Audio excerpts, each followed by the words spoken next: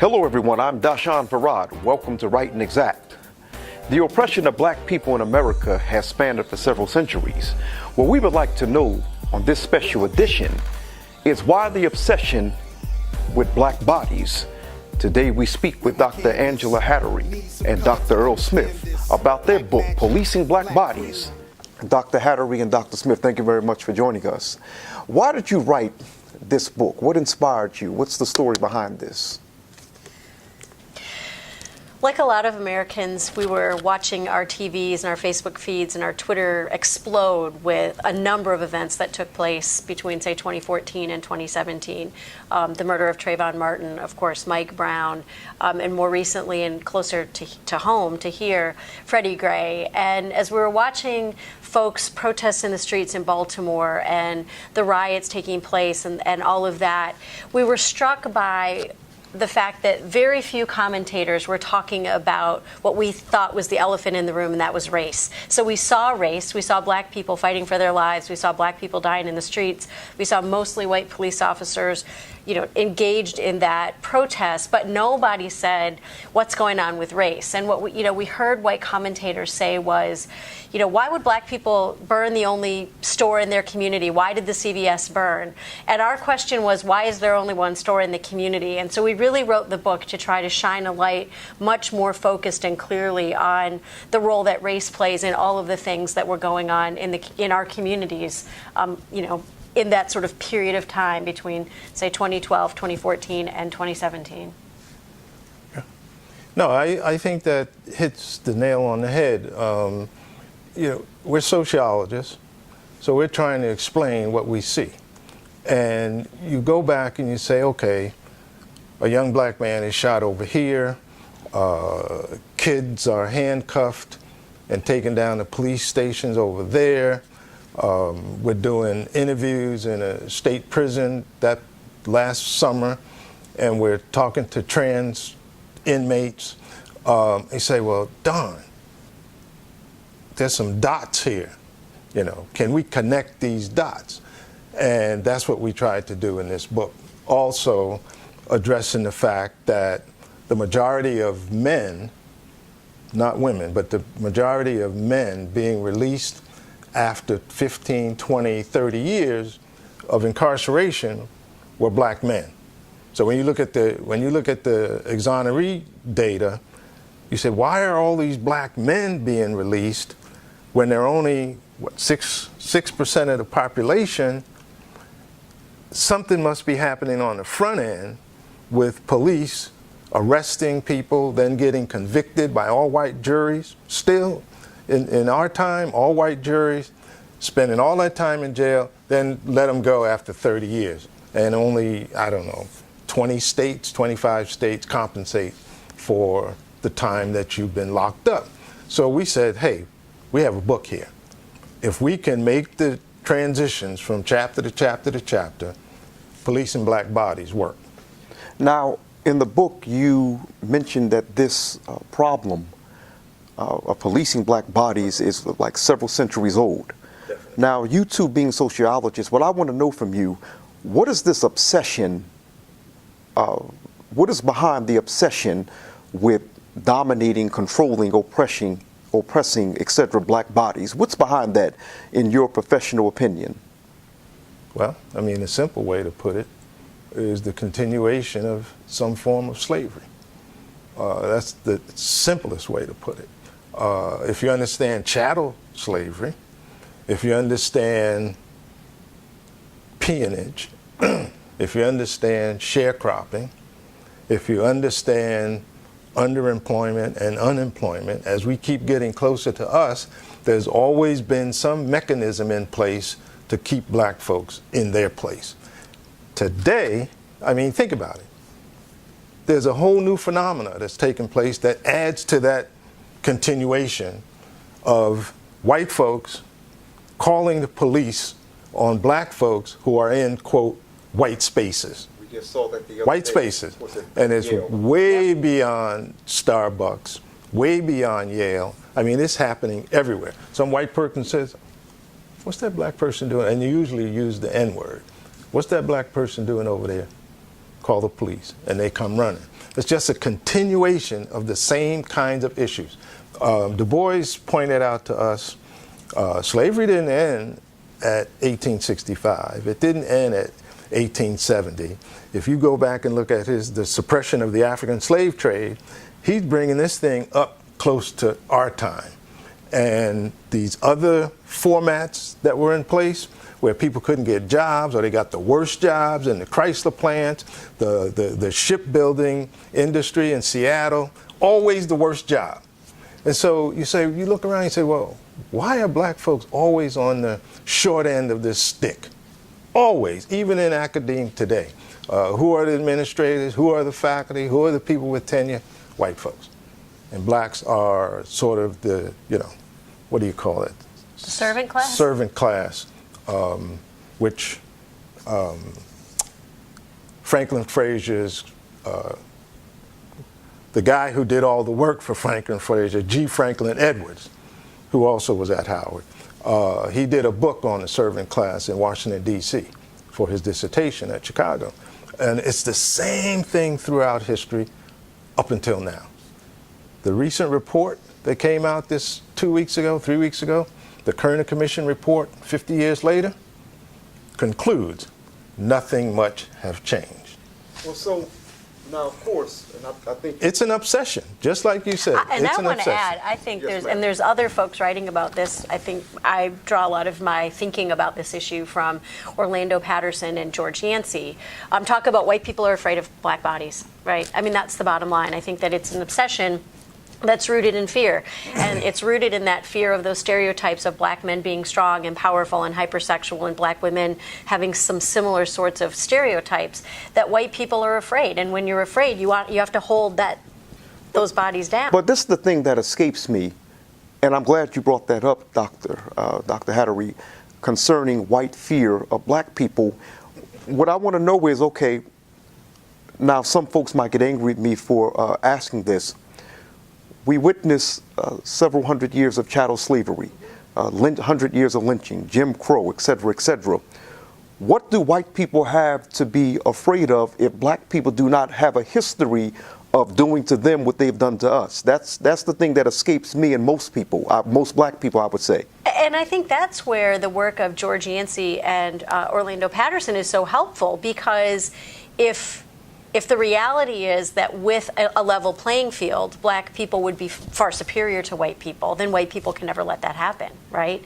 I think that fear is very deeply rooted. And you look at some examples that Dr. Smith talks about in some of his other work on sports. When blacks got the opportunity to play football or basketball or many other sports, they became dominant. And I think white people are terrified that if black people actually had a chance, the opportunities for white people would be diminished, and that's a scary place to be. We call this in our work cordoning off the competition. Yep.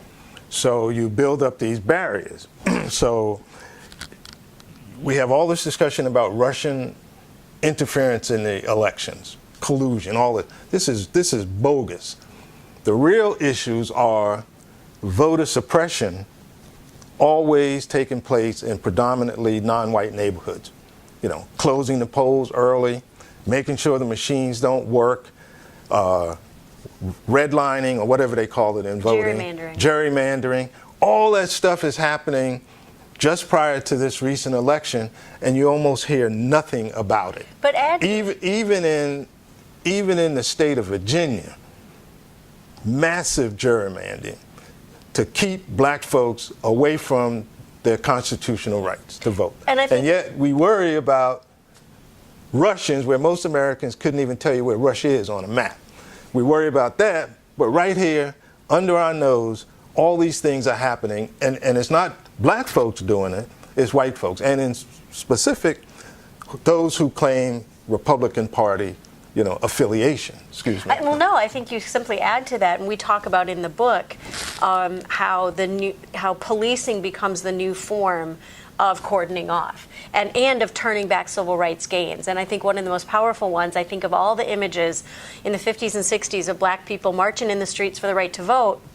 And felony disenfranchisement has essentially removed the black vote. I mean, a third of black men go to prison in their lifetime. That means a third of black men will lose the right to vote. And that, whether voting matters or not is a debatable point, but I think that's another clear example. What if all these black people could vote, right? Now, we saw with our past president, now we see with this president, Dr. Michael Edward Dyson had said that President Trump represents white supremacy on steroids. However, concerning the killings of black people, black men in particular, at the hands of police and law enforcement, we saw an increase of that under President Obama. And I'm not at all bringing that up to try to place blame on President Obama. Why did the unjust police killings of black people seem to increase under our nation's first black president? Obama just held the chair of the presidency. You can say it's a figurehead. The machine, and we have a diagram in our book that lays out the machine. I was going to ask about that too. Okay. I saw that diagram. The machine continues to work regardless of who's sitting in that chair. And he's sitting in the chair and he's an African American. People who pay more attention than we do to presidential time in office are starting to pump out serious research showing that not much really changed structurally during his time in office. And I want to get into it whether he was good for the nation or not, or good for black people. It's important that he was able to be elected. But the late Derek Bell, a legal scholar, said he's elected because his perspective, his worldview, coincided with whites. Not very different from what whites hoped for with his coming to office, the same way that whites voted for Donald Trump. They hoped for the kinds of things that he said he would do for them. I don't know why these police killings escalated under President Obama, but he's out of office, what, 20? Just 2 years ago, end of 2017. Some of the ones that made more national headlines, some of those killings took place. But as we said the other day when we were talking, I can show you 5 or 6 killings in the last month that took place that nobody's talking about, which tells me that it has to be true in terms of who controls the media. It could have been big blow-up news headlines about these 5 or 6 killings in the last month. Only one came up on national headlines, and that's Stephon Clark. Maybe the escalation of these police killings is no higher under Obama than they are under President Clinton or under the Bush father-son presidency. So we haven't looked in terms of that question. All we know is from about 2012 to now, this thing has just grown. And for all those police people, and some of them were black, but most of them were white officers, I can only think of maybe 1 or 2 that has been held accountable for those killings. Now, you addressed something in your book, and I wanted to quote it. In one of the earlier chapters, you say oppression is a necessary condition of privilege. Now, if you would, okay, how is that relevant to this subject? Because as you know, when you speak about privilege, some people would say, well, in America right now, we should stop speaking about race. It's more about class and privilege than it is about race.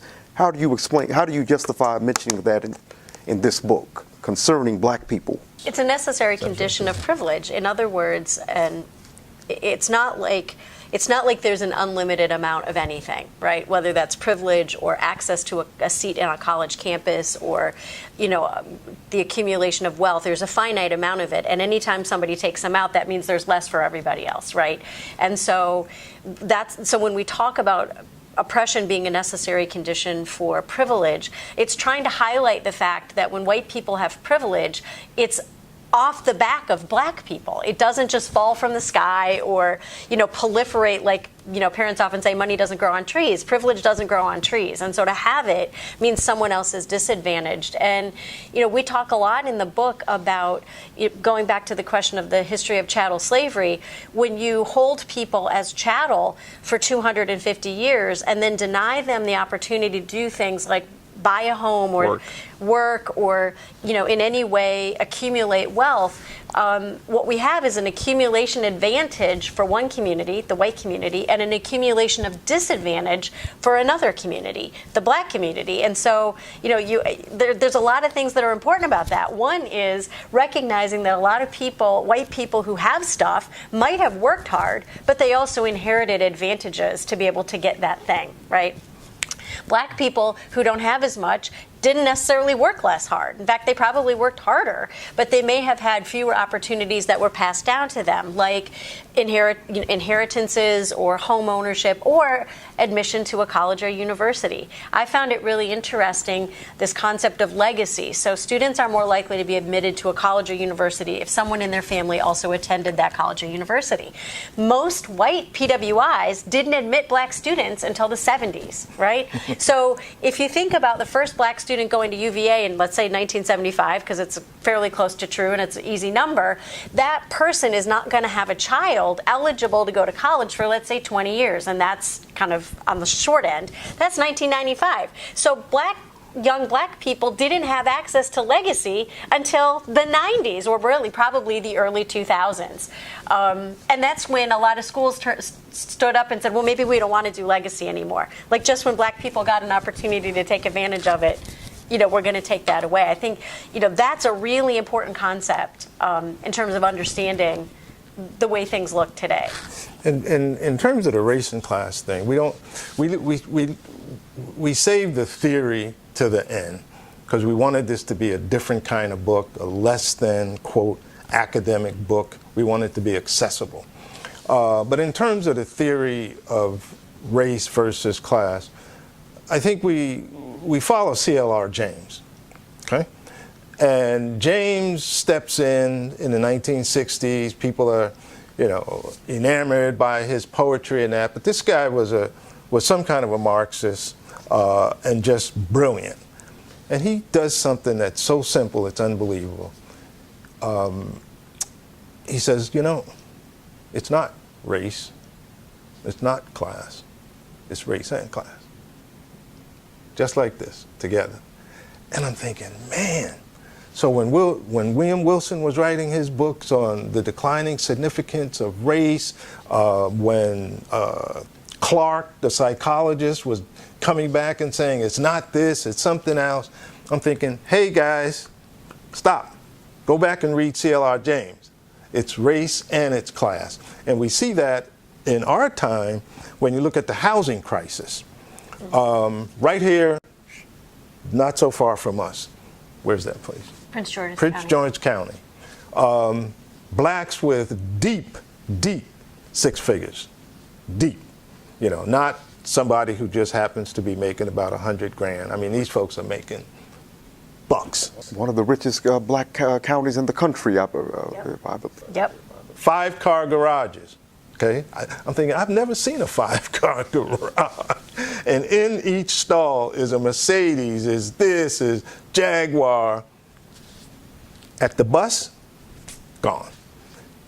If you go back to the Washington Post 3-part series, these folks got stuff out on the curb like you were in, the Bronx somewhere where you get put out, evicted when you don't pay the rent. This is what happened to them.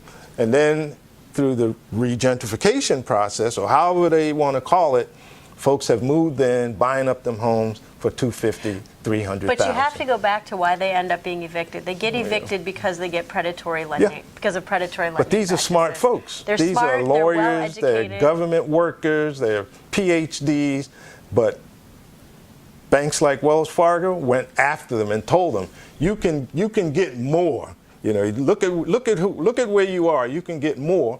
And like we said when we were just talking, that wealth piece is not there. I mean, this is paycheck to pay for private schools for these kids, for all those 5 cars, for this expensive furniture for the vacation to the Caribbean or wherever, and all this stuff adds up. And the folks from Wells Fargo are just saying, you can get more, and then boom. But here's the other thing the folks from Wells Fargo were saying: when you walk into the bank, you get an 18% mortgage. When I walk into the bank, I get a 3% mortgage. And you know what? It's funny that you mentioned that, because what I was going to bring up is that oftentimes we will hear conservatives oftentimes say, well, you know what? If black people were to be more educated and work hard and pursue the American dream like everyone else, this here wouldn't be necessary. So it's amazing that you bring up these figures that despite how wealthy, how educated black people are, there seems to be we seem to be the brunt of white supremacy, if you would. So it's the continuation Absolutely. of that process I just talked about. You move out of slavery, you go into peonage, you go into sharecropping. You have the worst jobs in the 50s and 60s, when plants needed people down in there shoveling coal in the hot rooms where all this is taking place. It's just another step from where it began. And I think, to bring it back to the book a little bit, one of the things that we argue in the book is, especially after the civil rights movement, it becomes more difficult to outright discriminate against black people. So instead, what you do is you construct a series of laws, most of them related to drugs, but other things that allow you to then lock those people in prisons. And that's it's a very deliberate decision and deliberate move, mostly started by the Nixon administration, but in direct response to the civil rights movement. So when you can no longer put people in shackles on the plantation farm, you now put them in shackles in a prison cell. So do either of you feel that what you're describing is a continuation of COINTELPRO? Absolutely. Absolutely. Yeah. I mean, we could show under Nixon, under Clinton, maybe not so visible under Obama. The folks we've interviewed, the research we've done, there's no reason why the black population should be represented, for both men and women, in the incarceration piece. There's no reason why it should be this big. Now, you mentioned Nixon and Clinton, and the reason why I'm going to bring it up is because a few minutes ago I just mentioned conservative criticisms.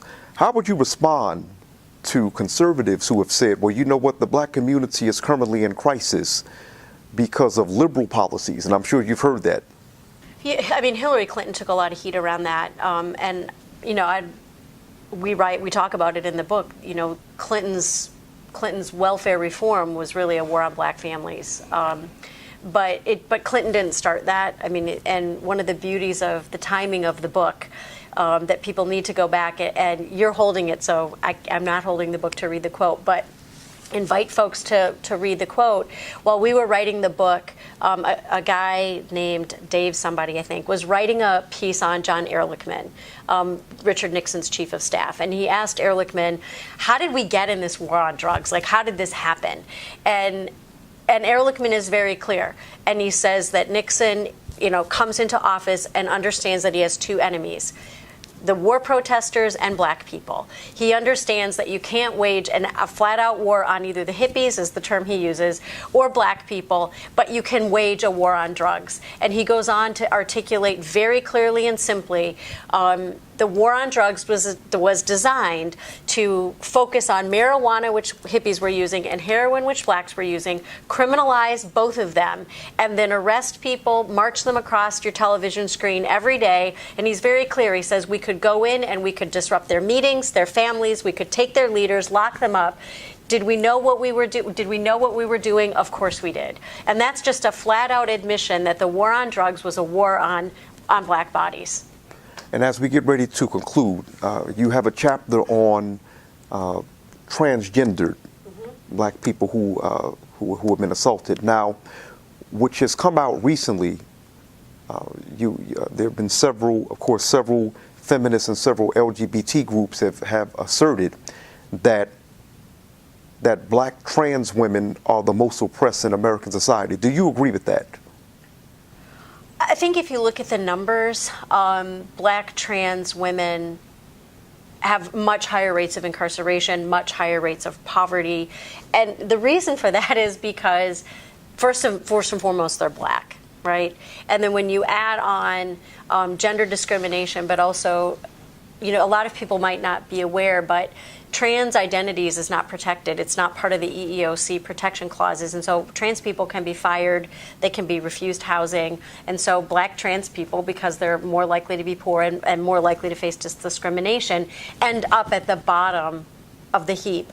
And Black feminists, I think, have been pretty clear about talking about what happens when you have more than one oppressed identity. So if you're Black, if you're a Black woman, if you're a Black trans person, if you're a Black poor trans person, all of those things compound those systems of oppression. And to make this clearer, think about what's happening in the past couple of days. They're getting ready to pass some kind of legislation making police a protected category.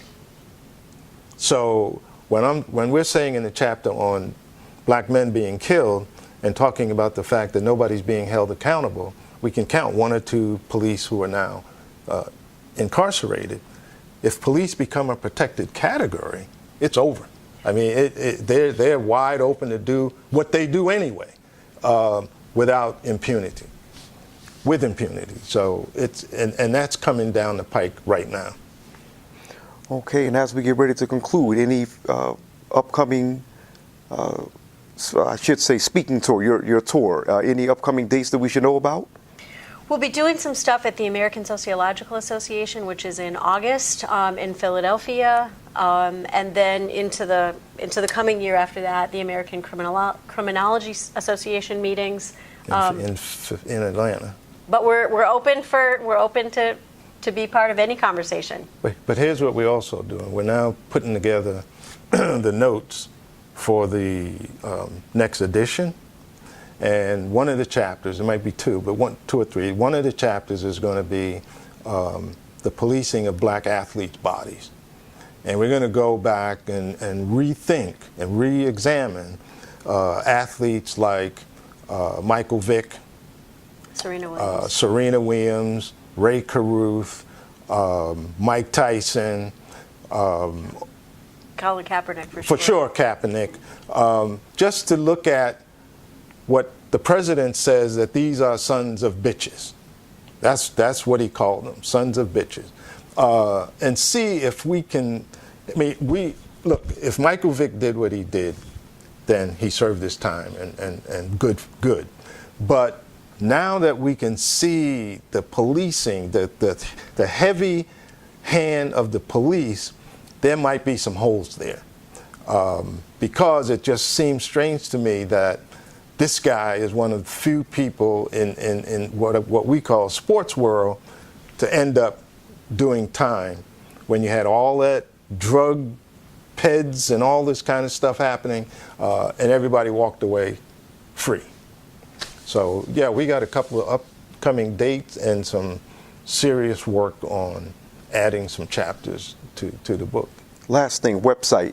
Website is www.smithandhattery.com. So www.smithandhattery.com. You can find us both on Twitter, Instagram, Facebook. Love to be engaged in the dialogue. Dr. Angela Hattery, Dr. Earl Smith, thank you very much for joining us. Thank you for having us. Thank you. Enjoyed it. Thank you very much for joining us. I'm Doshon Farad. See you next time.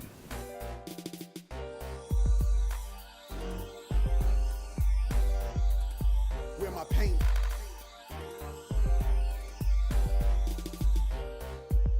Where my canvas? Need some color to understand this.